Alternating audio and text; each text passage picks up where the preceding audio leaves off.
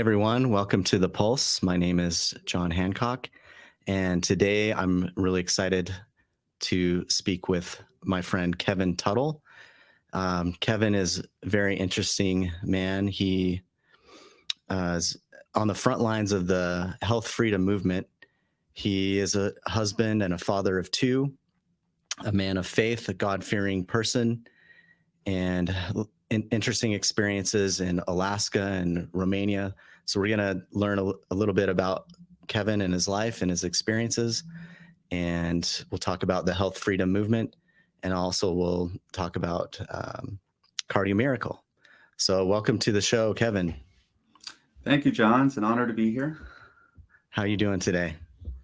Well, it's a beautiful day. I just got back from Florida yesterday. There was a conference down there, a medical freedom conference with so many wonderful people that I got to meet and hang out with people like John Hewlett too. He was also down there, the Okay. Life CEO. And I'm back in Wisconsin today, but I'm still dreaming of those sunny skies we had. So. All right. Already back in cold Wisconsin. Yeah, it's such is life. Such is life. So, any highlights from the Florida conference you want to mention, or? Yeah, we went on an organic farm tour. Just this amazing place that's using permaculture to sustain itself and teaching people how to do that in the future. They're going to have a school on this property. It was really interesting, neat tour, and we had some music out there. Live music by 5 Times August. Just phenomenal time. People are dancing and enjoying the organic food that we had out there and everything. It was really special. I was so grateful to be there. Great. Anything you want to add about? I gave a brief introduction. Anything you'd like to say about your background, or? Sure. So it started out. I don't know how far back you want to go, but Well, start at the beginning. Yeah. Where were you born? Yeah, born in Germany. My mom is German. My dad's from Iowa. So he met her over there when he was in the Air Force. Okay. We came to the United States then when I was 4 years old. He got stationed in Alaska when I was 5 years old, and that's kind of where I grew up. So for part of that time, I lived out in the bush of Alaska, 60 miles north of Fairbanks, in a little log cabin. I had 2 siblings, older siblings, and we had no running water. We had no electricity, and this was home for 3 years. And went to a tiny school. There was about 20 kids, K through 12, at this little public school out in that community. And I didn't know any better. It seemed like this is normal life. That's just life, yeah. Yeah, we had an outhouse, but we had what I like to consider a high-class outhouse, because we had a styrofoam seat. So at 50 below, when you sit on the styrofoam, it warms up right away versus sitting on the cold wood where you have the potential to actually stick to it a little bit. So yeah, so my dad worked at a lumber supply store while we lived up there, or not in the bush, but once we moved away from the bush, we moved down to Homer, Alaska, which is right on the ocean. And so he just worked at a lumber supply store. A few years later, we moved back up to Fairbanks, where he continued working for that same organization. And then in 1990, it was October of 1990, I was a freshman in high school, and there was a 2020 episode about the orphanages in Romania. So Ceausescu, the Romanian dictator, had just been assassinated the previous year.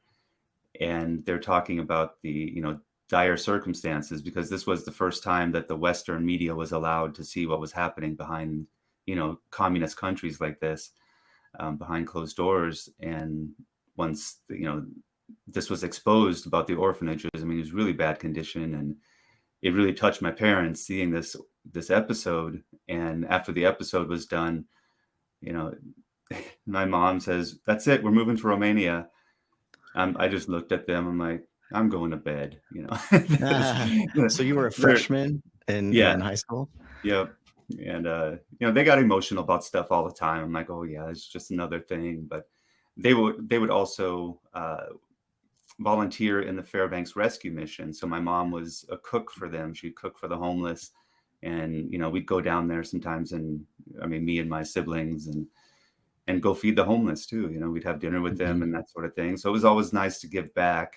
So I wasn't surprised that they were like, yeah, we got to go help. I didn't think it would happen. And Uh-huh. then, so 2020 always airs on Friday night, right?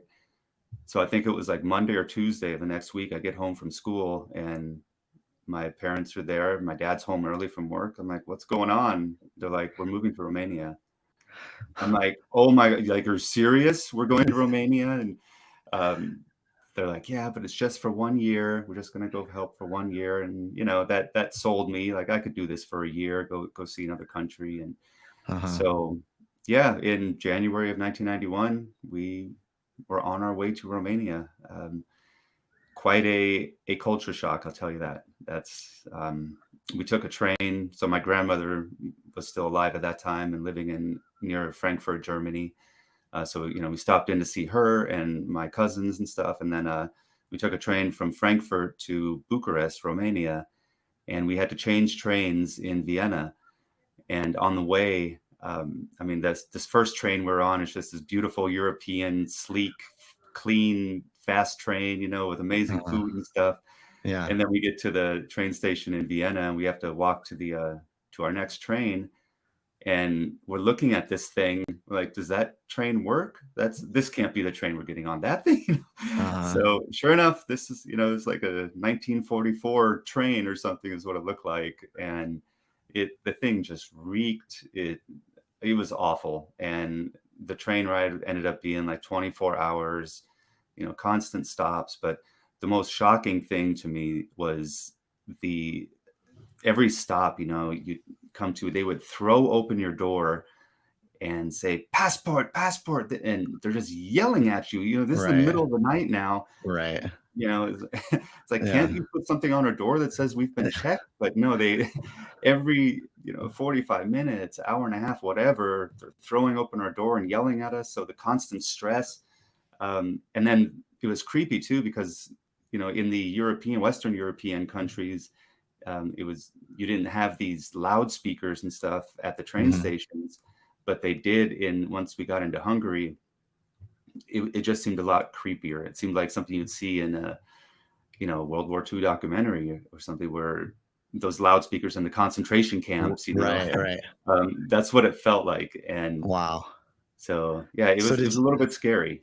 so did your parents have any idea of what they were getting themselves into, or any No, preparation, or was it just, we want to help people, let's go to Romania? yeah, that was exactly it. Yep, let's go see how to help. And I mean, they got hooked up with an organization that was actually getting the volunteers Uh-huh. into specific orphanages. Yeah. And because they had me along, at being only 14 years old, they wanted to send us to a safer part of the country. So we actually Yeah. got sent up to the northeast Romania. It's called Suceava was the area, but it was a small village Yeah. uh, that the orphanage was in and that we lived in. It had 2,000 people, um, and we had no running water, but we did have electricity. So it was an improvement from the bush of Alaska, Yeah.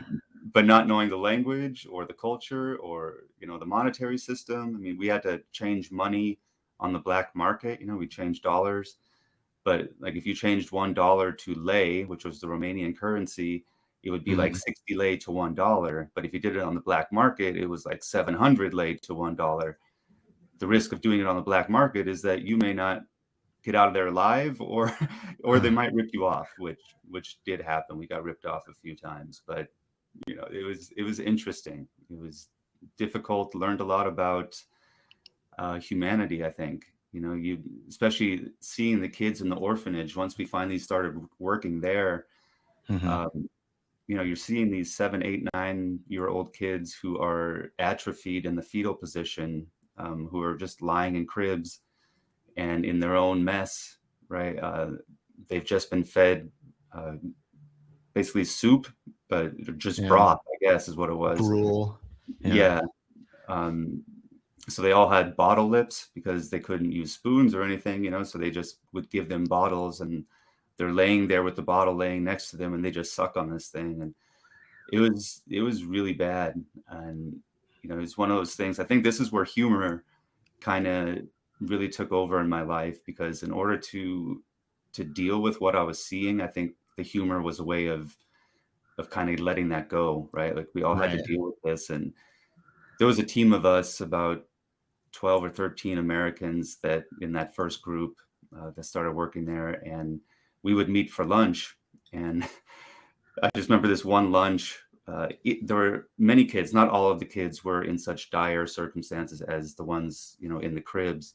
There were capable kids. There were kids that could talk to you and, play Hmm. soccer and do those kinds of things.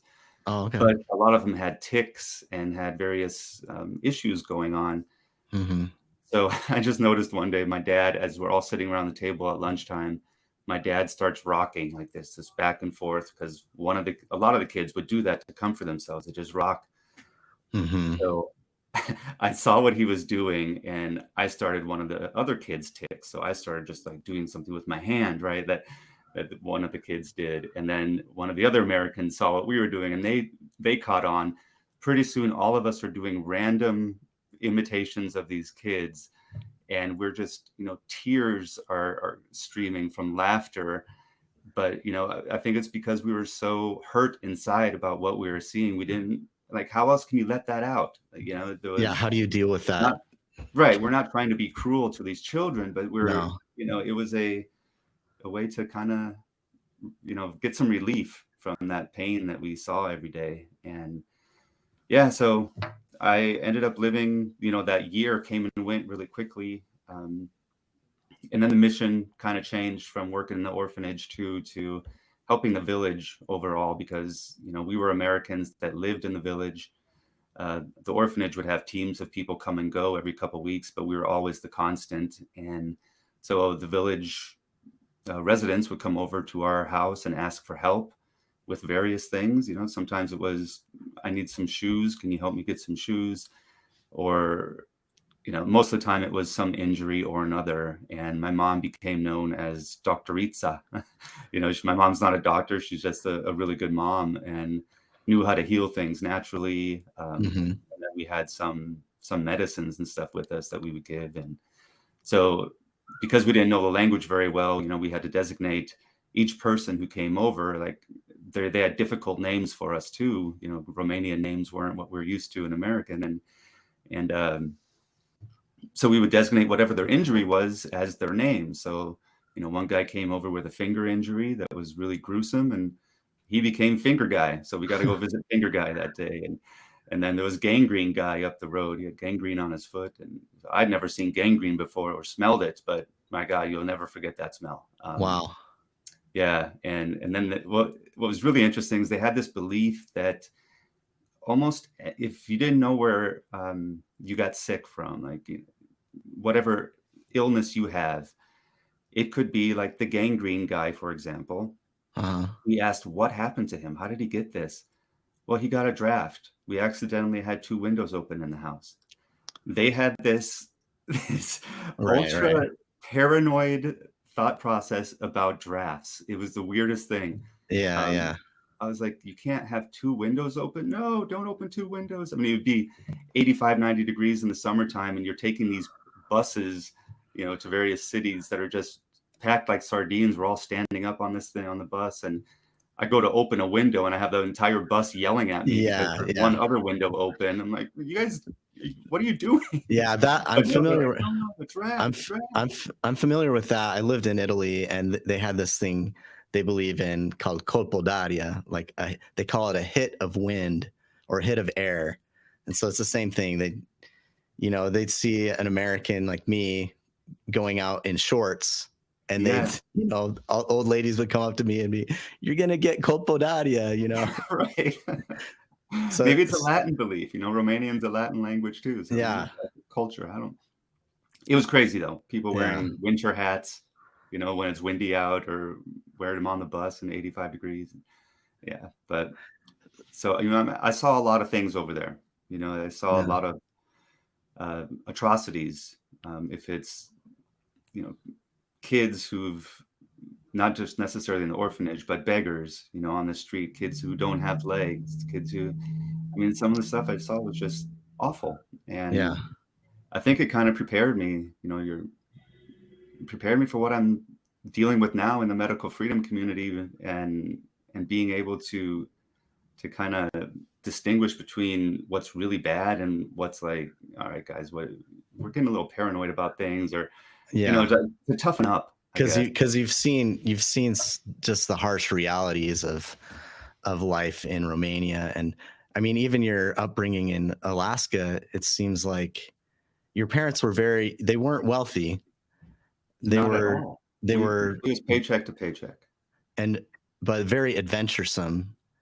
And just, I mean, going out to the bush in Alaska and then out to Romania, it's like, Yeah. Yeah. The adventure with my parents began when they accepted the Lord.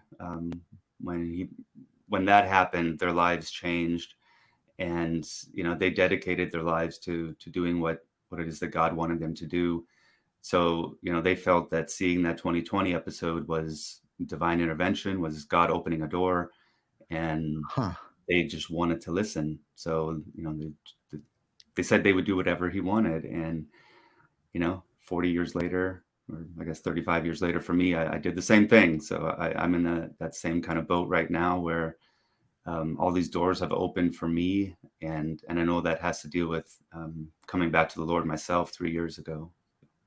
do you want to tell me more about your parents' experience to coming to the Lord, coming to faith, and then your experience?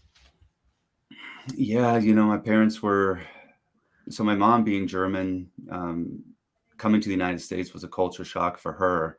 Yeah. And then things just weren't as she had expected them to be, right? With my dad was in the Air Force, money was really tight. We were living in this really hideous house in North Pole, Alaska, which North Pole is right outside of Fairbanks.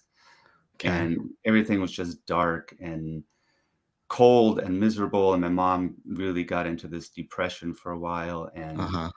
And I don't remember who ended up giving her a Bible, but somebody did. And my mom loves to read, so she just started reading this thing, and then my dad would come home and they would have discussions about it. And then it was right at this time also that my dad separated from the Air Force, and he was unemployed for a while. And because they could no longer afford the house, that was part of the reason that we moved to the bush of Alaska, because it was a lot more affordable for rent, and being on unemployment and food stamps and welfare for a while.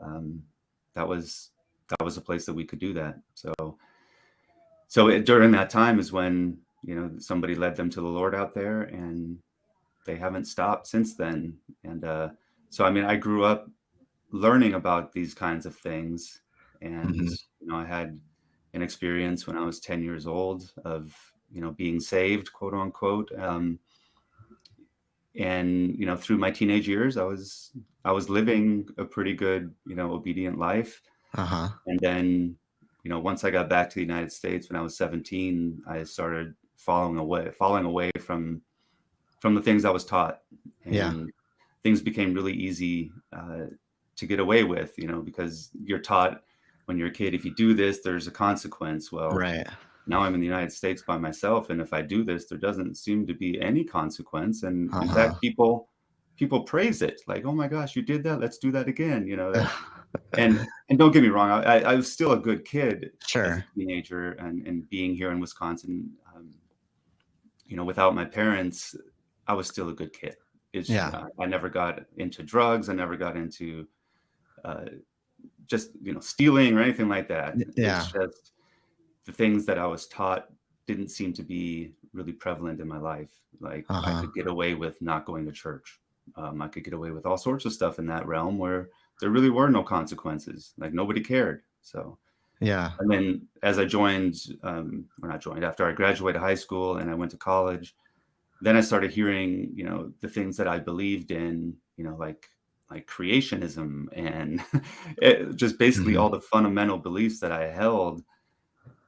All my professors and fellow students and stuff would basically told me I'm wrong about everything, and everything I've been taught to lie. And it really made me fall away from the things that I had held dear, and it made me mad at God. And then, some other issues in my life, like childhood trauma I had in the bush.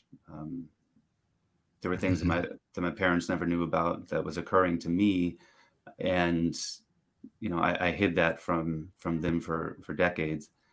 And yeah, it was tough to deal with, because those types of thoughts came back to me, and then I had thoughts of, well, if God is real, then how can these things happen to a child? How can he let that happen? And that Right. was my mindset all the time, is that, there's no God that would allow that to happen. Right.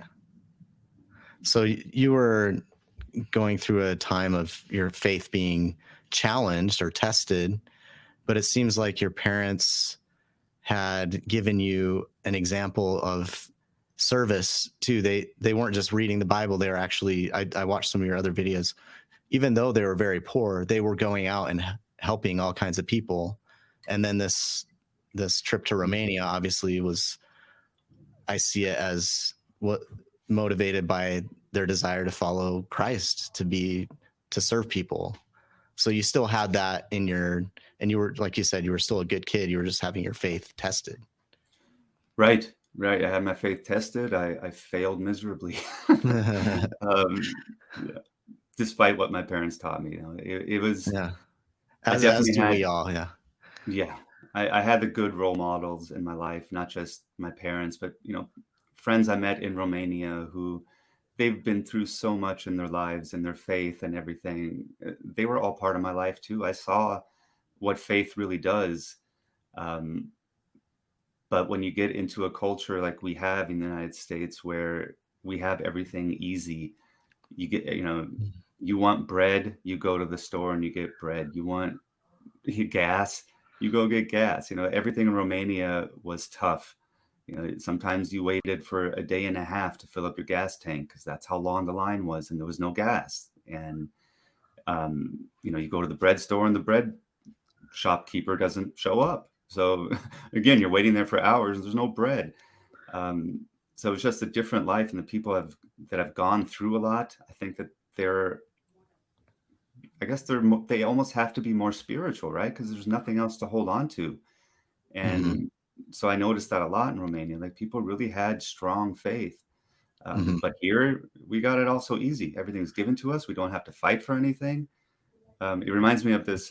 We had a dog in Romania, and she had a litter of puppies, and we gave. I think some of the puppies were sick because they didn't end up making it. And then a couple other people took other puppies, right? So we had one puppy left, and this puppy was still nursing on our dog, and it got really fat. And this dog was the most spoiled, entitled dog that, never wanted to do anything for his food, just like, slouch over somewhere. Like, do I really have to Yeah. stand up to eat? Can't you bring it to me here? I mean, it was that kind of an attitude. And Uh-huh. I'm like, you know what, it's like Americans. We can't do anything to actually earn our food and our way of life. It's so easy. So we take a lot of things for granted, and you saw that. I mean, growing up in the Alaskan bush and then Romania, you had some harsh, um, you faced some harsh realities in your youth, and were able to see that contrast of how things are here. We take too much for granted. Yes, absolutely. I think it's it's a laziness, it's an entitlement, and I think, during COVID time, it's part of the reason that so many people are are able to handle it. Because I think the people that can handle COVID are the ones that have been through something in their life. Like, when I Mm-hmm. saw COVID coming down, I'm like, what is this? I'm supposed to be scared of some virus now? Like, really? This is the new thing? I'm like, and we're supposed to wear masks? Like, no, Yeah. I'm not doing any of that. This sounds stupid. Like, I'm Yeah. not going to be scared of this. I've been through enough in my life. This isn't going to scare me. I was in the You've Air seen Force. I was, you've seen gangrene. You've seen people without legs. You've seen yeah. I mean, I so was deployed to Afghanistan. I saw horrific things there too. And, a virus, I mean, that's life, right? yeah. Like, we're supposed to just walk around through life living in fear. Like, no, that doesn't suit me well. So what? How did you get from you got back to United States, Wisconsin?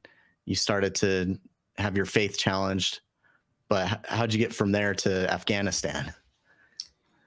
After I graduated college, I joined the Air Force. So, in all my wisdom, I decided, hey, I'm not going to do ROTC or anything. Let me rack up those student loans for 5 years, and then I will join the Air Force so I can pay off my student loans for the next 10, 15 years. So that's what I decided to do. Okay. So yeah, that's a year before I graduated. It's kind of when I made my decision, like, hey, maybe the Air Force isn't such a bad idea after all. And yeah, so by then it was too late to do ROTC or anything. So I just joined, and I got a public affairs slot. So I went in as an officer. You go to officer training school rather than boot camp. And then, yeah, I became a public affairs officer for 6 years. And really, I enjoyed it, especially for the first few years at Luke Air Force Base, Arizona.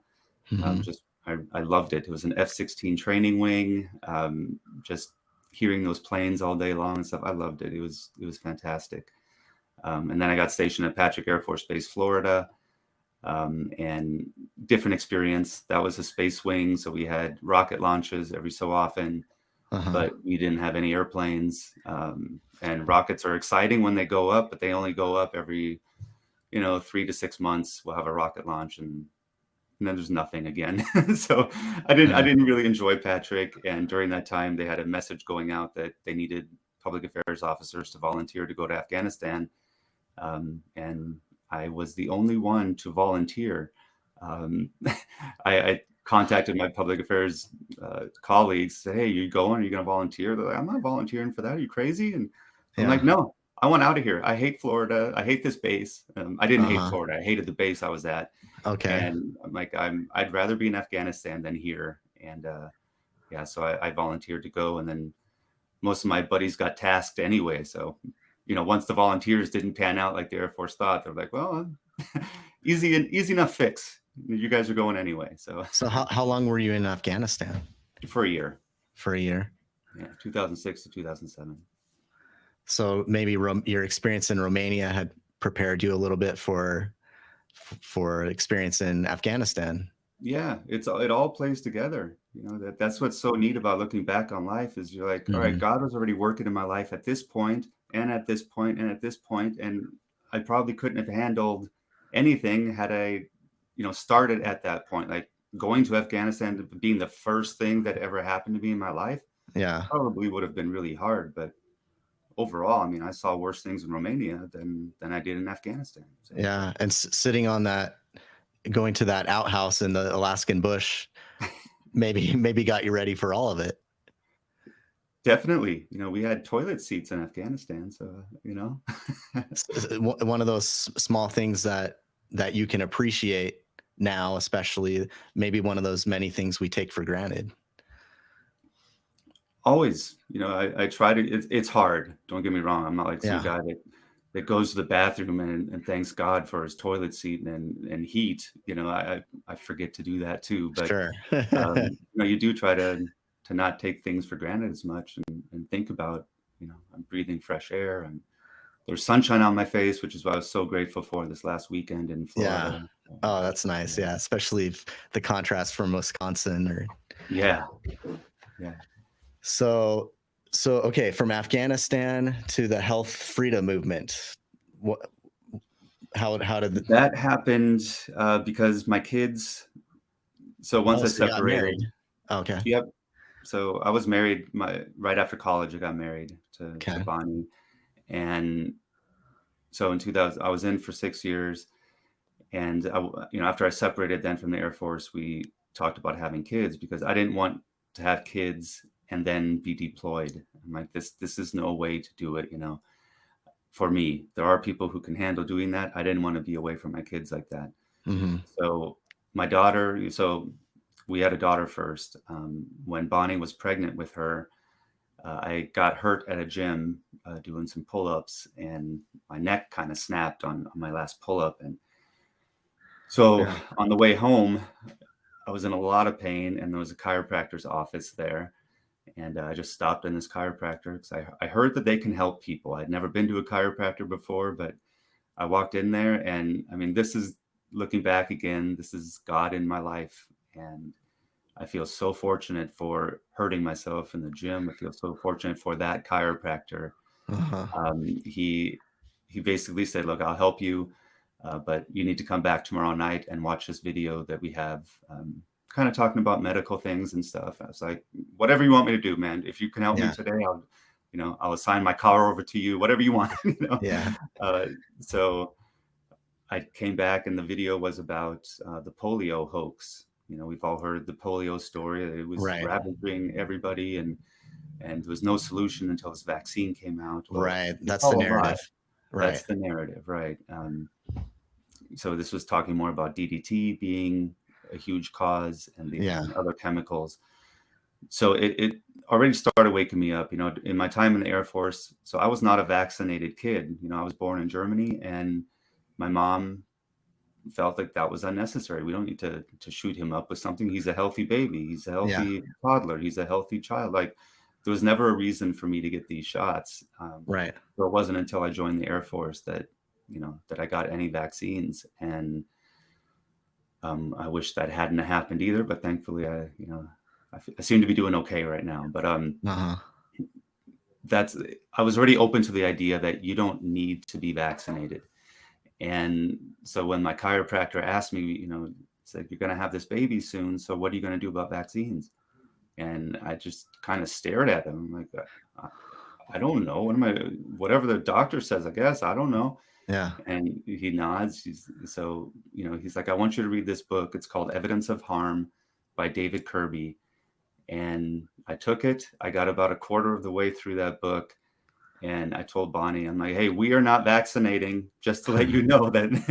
And this started an awakening within her too. So we would both start, reading more and trying to look more into this.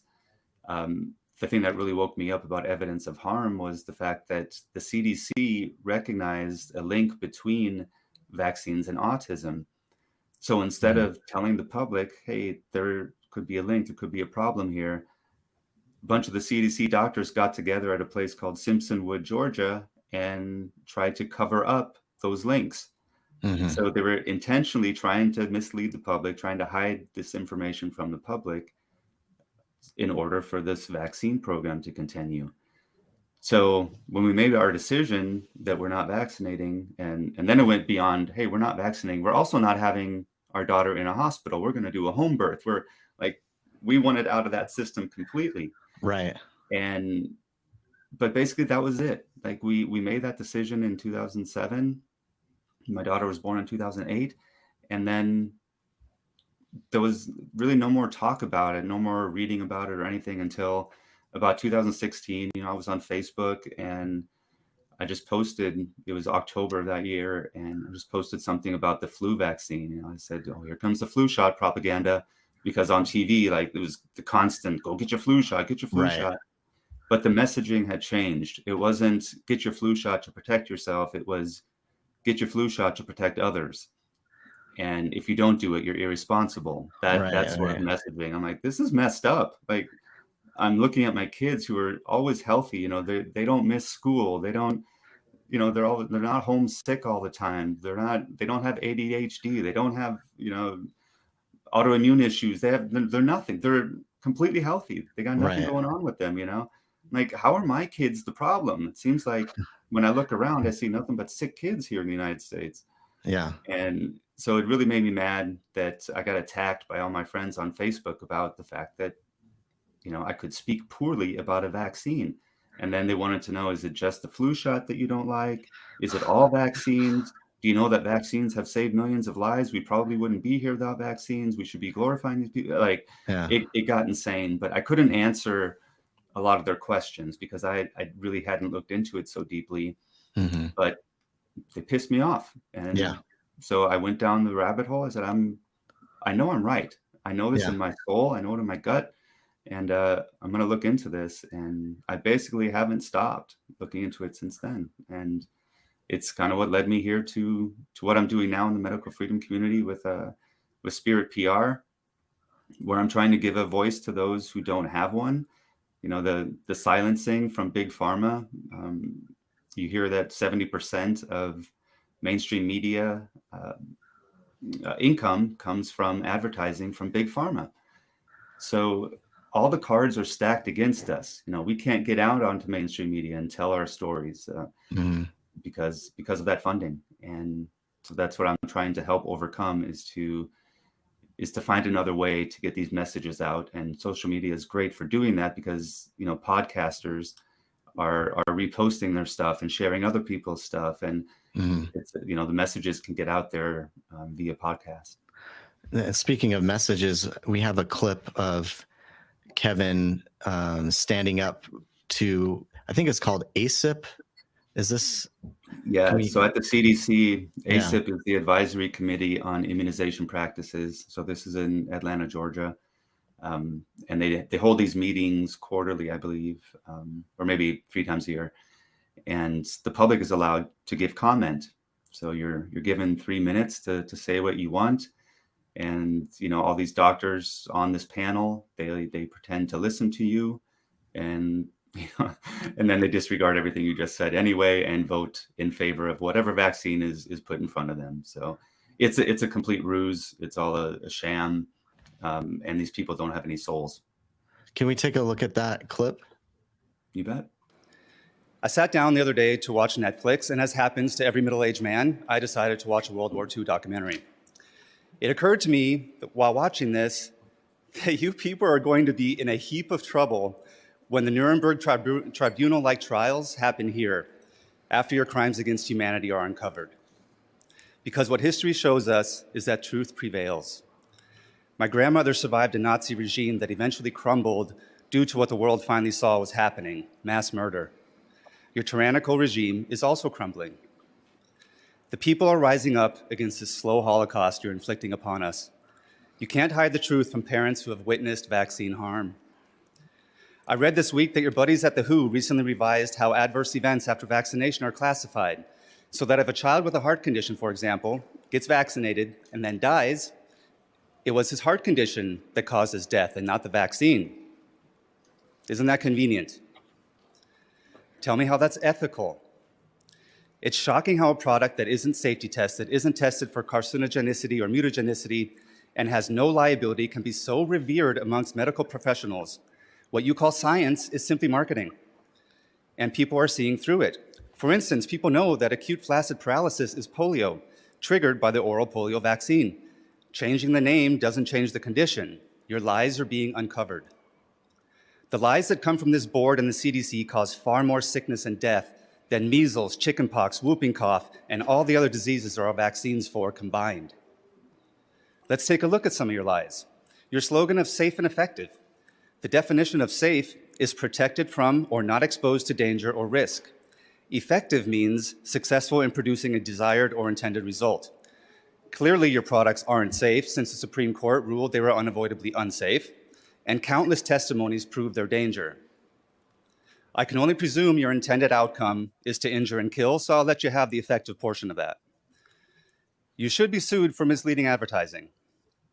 When you tell patients that they need Gardasil or they will get HPV, that is a lie. When you say the flu shot is the best way to protect yourself from the flu, that is a lie. When you tell the new mother that her baby is in danger unless it receives the Hep B moments after birth, that is a lie. Vaccines don't cause autism. That is a lie. Remember the Tuskegee experiment. Their lives could have been saved. But those in authority watched them suffer and did nothing to help, much like the Nazi leadership. How is what you're doing here any different? Your lies are catching up with you. I'd start worrying about that trial.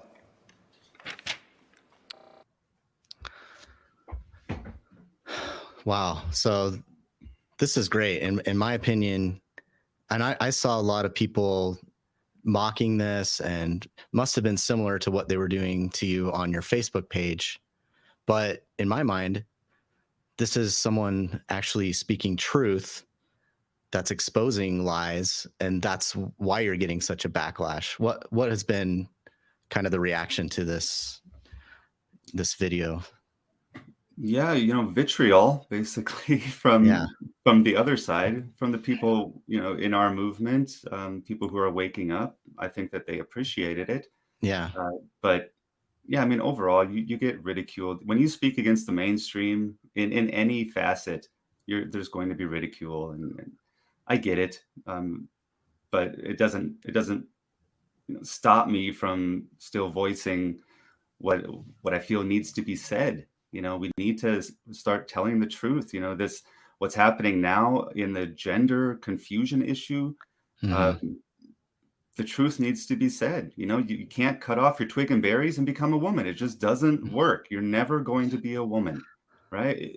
Hmm. Same with a woman. You can't cut off your breasts and oh, now you're a man. No, your feelings don't matter. Your feelings are there's a sickness there, Hmm. but your feelings aren't fact.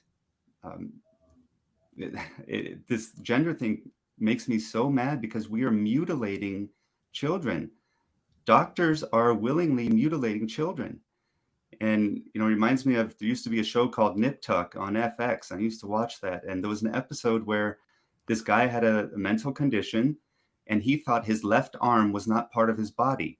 So he went to these plastic surgeons to see if they would remove his left arm. And so it was like this ethical dilemma where they're like, well, if we don't remove it, then he's going to try to cut it off himself. That's where we are. We're in we're in Yeah. nip tuck right now, except the doctors are like, yeah, come on in, we'll cut it off. Yeah. It's this world is so twisted, and you cannot speak about truth without everybody getting upset.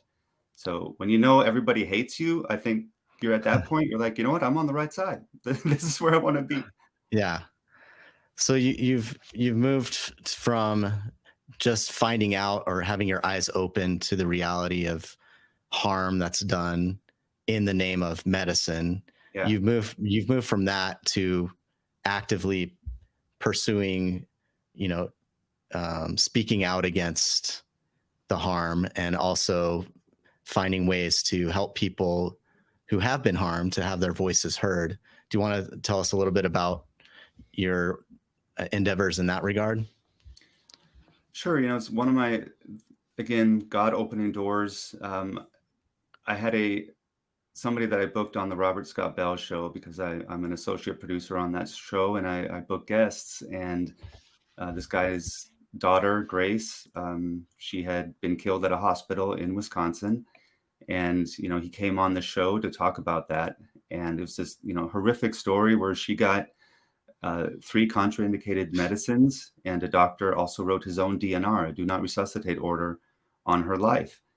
And this story, I began working with Scott Shara is his name, and just trying to get his story out to as many avenues as possible, written or so written communication or podcasts or in-person speeches, that sort of thing. We're just trying to get this warning out to people that Mm-hmm. hospitals are killing people. It is not COVID doing it. And when you look at the situation with ivermectin or hydroxychloroquine or all these remedies that could help people, those need to be silenced, and these doctors need to be censored. There's something wrong, right? I mean, it's so evident. Like, the people who are doing the censoring, obviously they have something to hide. Mm-hmm. So I take it, it's upon me to help get that message out. And because I want to help save lives too. I don't necessarily have the story, in prior to COVID, and just speaking out about vaccines, I was viewed sometimes as controlled opposition because I don't have a vaccine injured kid. I'm like, well, that shouldn't be a condition for me speaking out. I Right. still have love for people. I still want to warn people. Yeah. And, I was fortunate to not go down that route, that chiropractor saved me doing some nonsense to my children who they may have been vaccine injured after that. So I was lucky. I'm not looking down on the people who did vaccinate because they didn't know. But Right. I want to help spread the word about that. That doesn't mean I've got ulterior motives. Right. Yeah. And I think what you're doing is great. And there's actually, the deeper you go down these rabbit holes, the more you realize, the more you uncover. and there's always a new layer of things that you're finding out. I mean, the vaccine harm, as terrible as that is, in my opinion, is, just kind of one of the heads of this hydra. So but a lot of it is done in the name of medicine, and right, like the profession that ostensibly is about helping and healing people. A lot of people are beginning to wake up, like you, Kevin, and see there's actually a lot of harm being done in the name of medicine and healing. Tons.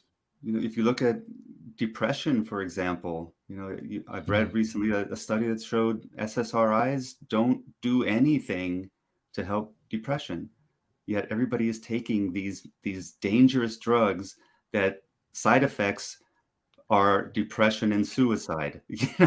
So this is the way that big pharma works. Everything is a ruse, but their marketing is so fantastic and so well done, and they pay doctors so much money to sell their stuff that they got a good gig going on. It's a beautifully run evil organization. Right. Yeah, it's hard to combat against that to the average person who's never looked into anything. Yeah. And having curiosity and having a will to want to find out something about what is really in this pill bottle, that it just doesn't occur to so many people. They're like, no, a man in a white lab coat or a woman in a white lab coat told me to put this in my body, and that's what I need to do. Right. And I don't understand that mindset. Yeah, there's an utter lack of curiosity, inquisitiveness. And can I get the same benefits from foods? Is it possible that I could eat something or take a supplement or grow a plant that might help me? Could be, right? You could actually get some benefits from doing things naturally. Yeah, maybe God designed our bodies to actually heal themselves, and if you give it the right fuel. Speaking of which, let's change gears a little bit to talk about the positive and say, okay, there's all this evil going on, but fortunately there are people like Kevin, God-fearing, patriotic people who have seen bad things in the world, who have been to Romania, who have been out on the cold Alaskan tundra, and who have been standing up to the CDC, the WHO, these corrupt organizations. But on the positive end, there's also solutions. There's good things. There's good nutrition. There's ways of healing that are natural. So this is a kind of area that how Kevin and I got connected was through Cardio Miracle. Do you want to tell us a little bit about your connection to Cardio Miracle?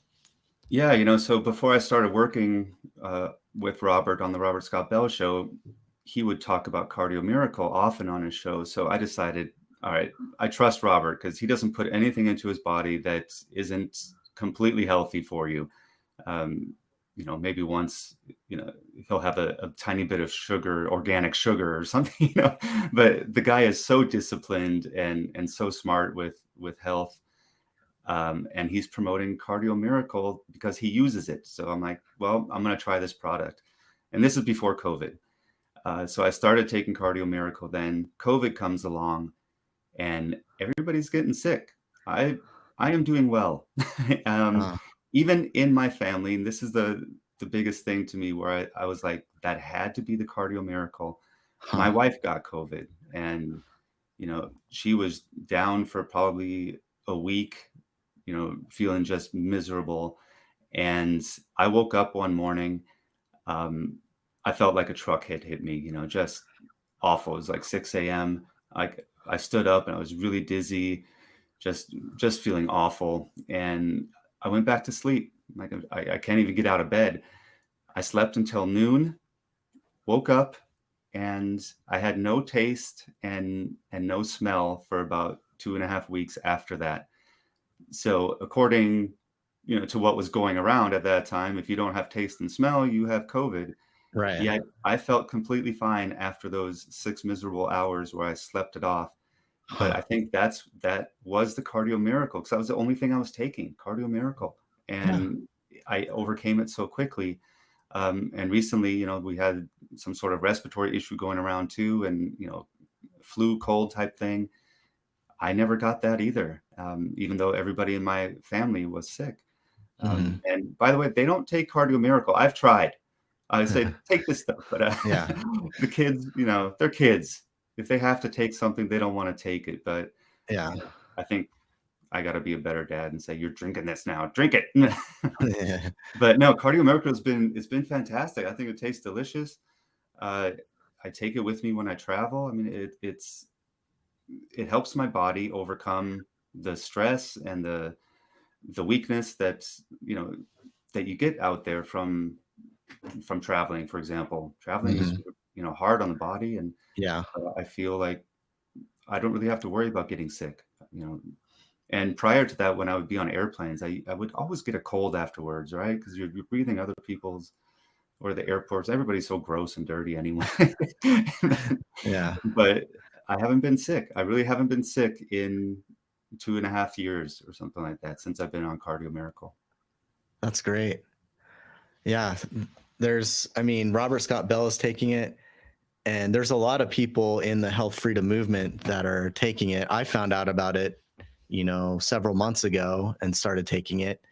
At first I was skeptical, but it's really good. Like you said, it tastes good, and it's helping. It's boosting your immune system. It's doing all sorts of great things. We don't make any medical claims, but there's all these testimonials that I don't think are coincidental. But also even if the whole world were taking it, that'd still not be necessarily a reason to accept it, because that'd be the same mindset as, right. Oh, everyone's taking vaccines, so that's why I'm going to take a vaccine. So there's good reasons to take it, and you've seen results for yourself. Anything else you want to say about Cardio Miracle? Or Well, I think as a company, what they do is so fantastic, especially for this medical freedom community, where there are people who have podcasts, there are people who just need extra cash for themselves. You can become an affiliate. Podcasts can become affiliates too, where help fund your show. These things aren't free to put on. Right. They take time, they take resources. Well, why not work with a company that is actually helping to heal people? And again, we're not making FDA claims here, right? Yeah. But what I mean by healing is that they feel better, right? Heaven forbid that people take something that has all natural ingredients and helps them to feel better, right? Right, without that being a drug. So there's definitely none of that type of healing going on here. But so I think it's just a fantastic company with people who are really driven to bring health to people. Like, let's all get healthier as a nation, and we can stand up together. We can fight all the evils out there, and just work with companies that care. And clearly, John Hewlett, our CEO, he's fantastic. A huge heart, and not a myocarditis heart, just a really strong, good heart. Not inflamed from right. Not a jabbed heart. I have nothing but good things to say about Cardio Miracle, and highly recommend the product to anybody listening. Great. Thank you, Kevin. Thank you so much, and really appreciate your time and sharing your experiences, and hope that we can have you on the show again sometime. So awesome, John. Thank you. Have a great day. Okay, you too. Bye.